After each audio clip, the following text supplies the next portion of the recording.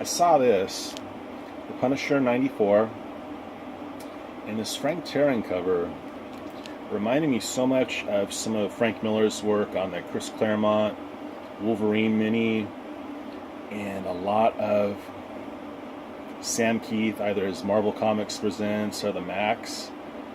And it's just such a nice, inky, murky cover. I said, I'm going to pick it up. Starlight Mark Millard. Cerberus and Hell.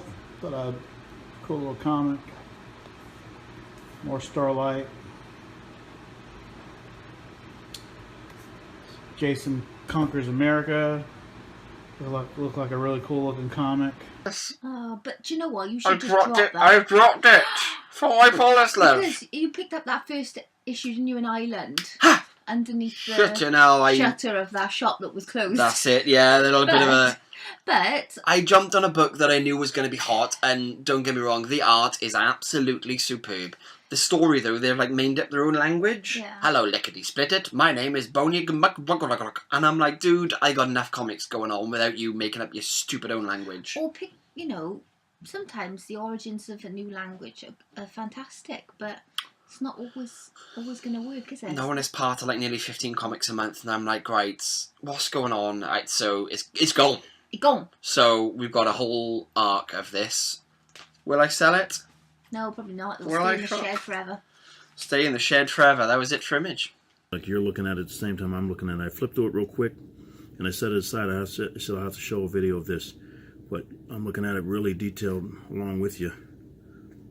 This is amazing. As soon as I saw it, I had to get it because I remember this book when it came out, and I think like I said, it came out in smaller versions, but then they collected it together and put it in this. But this is the way to get this. I wish it was even bigger. I think that comic books, and I think why the Marvel movies are doing so well, is that comic books are pretty much the mythology of our time. There's a comic out there for everyone. You just have to, you know, brave it and walk into a comic shop and ask questions. Because I think a lot of people are afraid. When I first started, Batman on issue 980 something, and you're like, well, how am I supposed to just jump into it? And it took me a while to figure out how the numbering works and how storylines work within comics. So I didn't really collect comics seriously up until around college, just because I was intimidated to like walk into a place, and usually comic shops are so there's just so many men, and I just like was afraid to like, I don't want to sound stupid, and I have met, you know, it's like I have met comic book fanatics who kind of like question me, like if I'm into a Marvel comic, instead of talking about the comic, I almost have to prove that I know the backstory of that character and everything. And it's like Star Wars or Star Trek. You can be a fan of the Avengers. You'll never know every single thing about the Avengers. Usually if I'm picking up a new comic, it's kind of like the cover will catch me, or I've heard about it and I flip through the book. And for me, and I think it's especially because I have a certain aesthetic as being an artist myself, if the art doesn't click for me, I just won't buy it. Like this comic I actually just picked up, and I have no idea what it's about, but I opened it up and it looks like hand-drawn watercolor. The storylines are, just the way the storylines are drawn, I feel like are really innovative. I'll give it a shot for one issue. If I don't like it, I enjoy the art so much that I'll probably bring it to my art studio to kind of take references from it and see how they change the format of comics. And for me, that's a big thing, is comics have always been seen as like panels, a storyline, you know, a big spread. And the way that I make comics is a lot how I make my art. It's collage. It's imagery that I feel like reads as poetry to go with the words.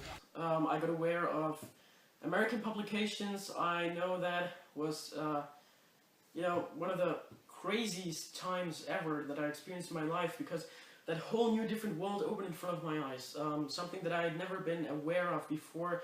I hadn't realized how huge it was actually, you know, the whole, or still is, of course.